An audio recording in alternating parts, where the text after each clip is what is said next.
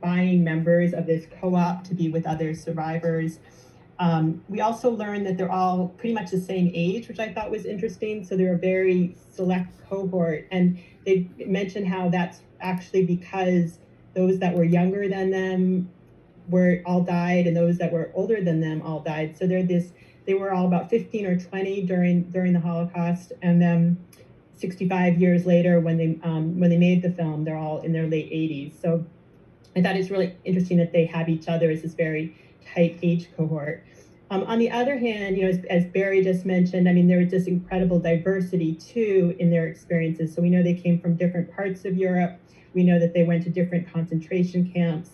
And we also know that they had very different experiences, horrible experiences during the Holocaust. And then perhaps most importantly is that, for the film, is that we learn that they have just very different experiences of coping with the horrors and talking about the horrors and sharing them. And it's interesting to hear from some of you that that's what you've experienced with some of your family members as well. The second point, it relates to memory and aging. So I thought about what we know from the science about the types of memory that we become particularly strong in later life. There are three types. One is long-term memory as opposed to short-term memory. The second is verbal memory, and the third is relationship memory, or memories that are tied to people. And I was thinking that it's interesting that those three types of memory in particular might allow them to re-experience these long-term memories of the Holocaust in a way that could both be sort of traumatic, but also allow them to have a way of making meaning in later life. And so the third point that I thought wanted to make has to do with Erik Erikson. So many of you probably remember him from psychology classes.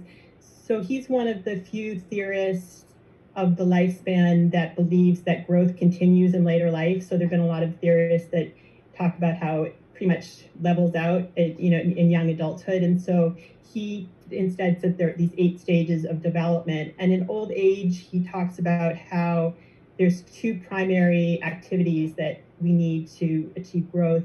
One is life review. And so we see a lot of that in the film.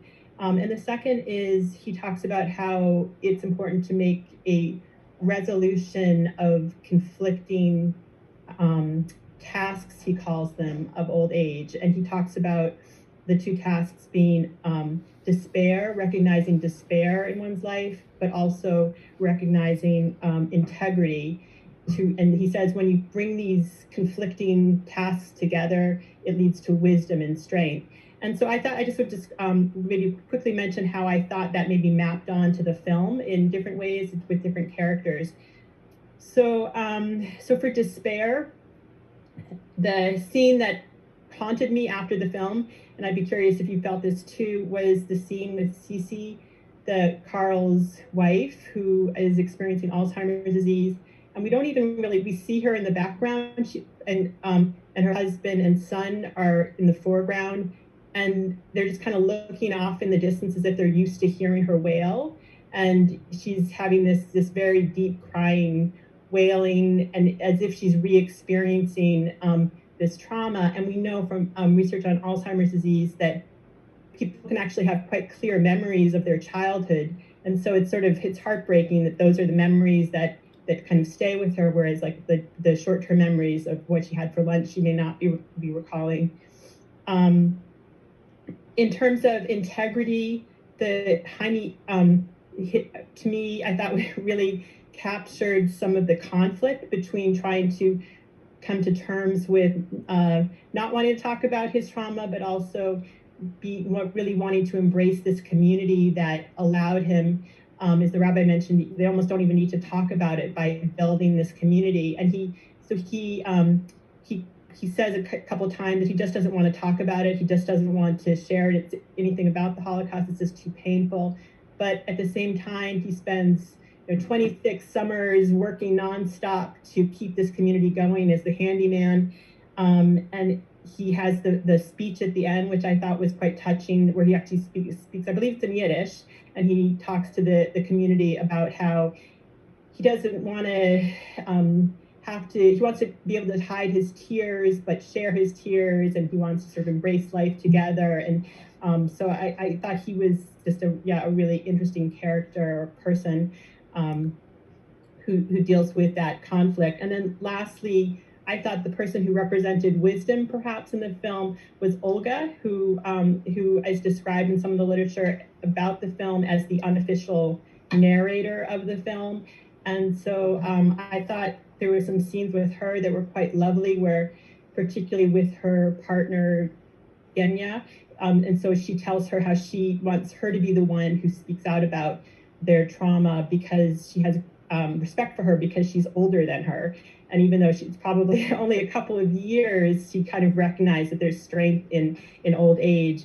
And I think, and the last thing she said to her when she left, which I thought was quite touching, was she said to Genya, "Be kind to yourself."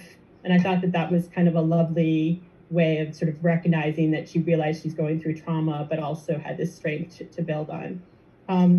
So those are my 3 points. And so, I mean, I would love to know what you all think, if some of, well, particularly say for the third point about this Erikson approach to thinking about the film, does that make sense to you? In particular, his ideas that old age would be a time for life review, and also it would be a time to bring together this conflict between despair and wisdom. Anybody have thoughts? Elaine, yeah, did you? Hi, sorry, took me a sec. You were talking about Jaime, Aaron and Sasha. Carl and Sasha, and that moaning.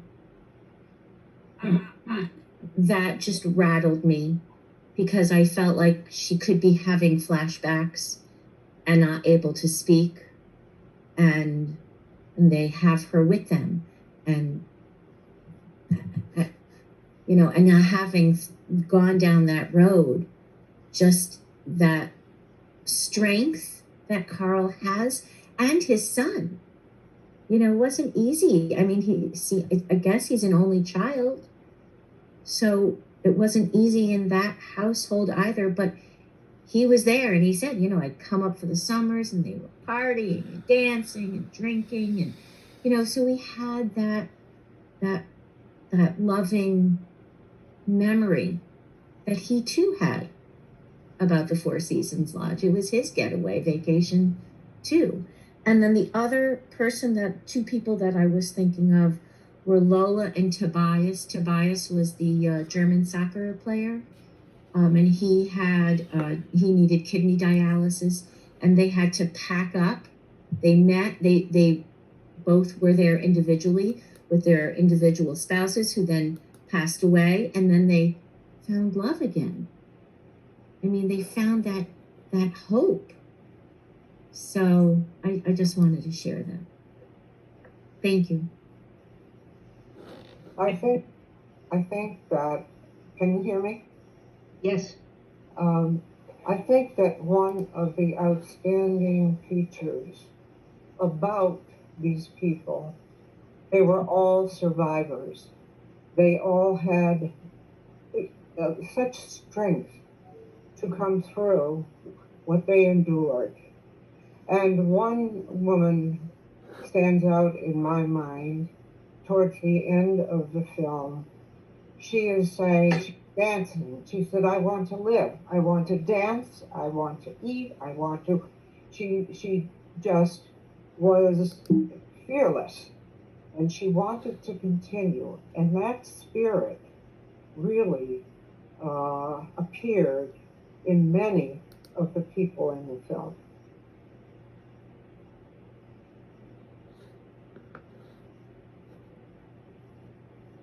Thank you. Yeah, I agree with that.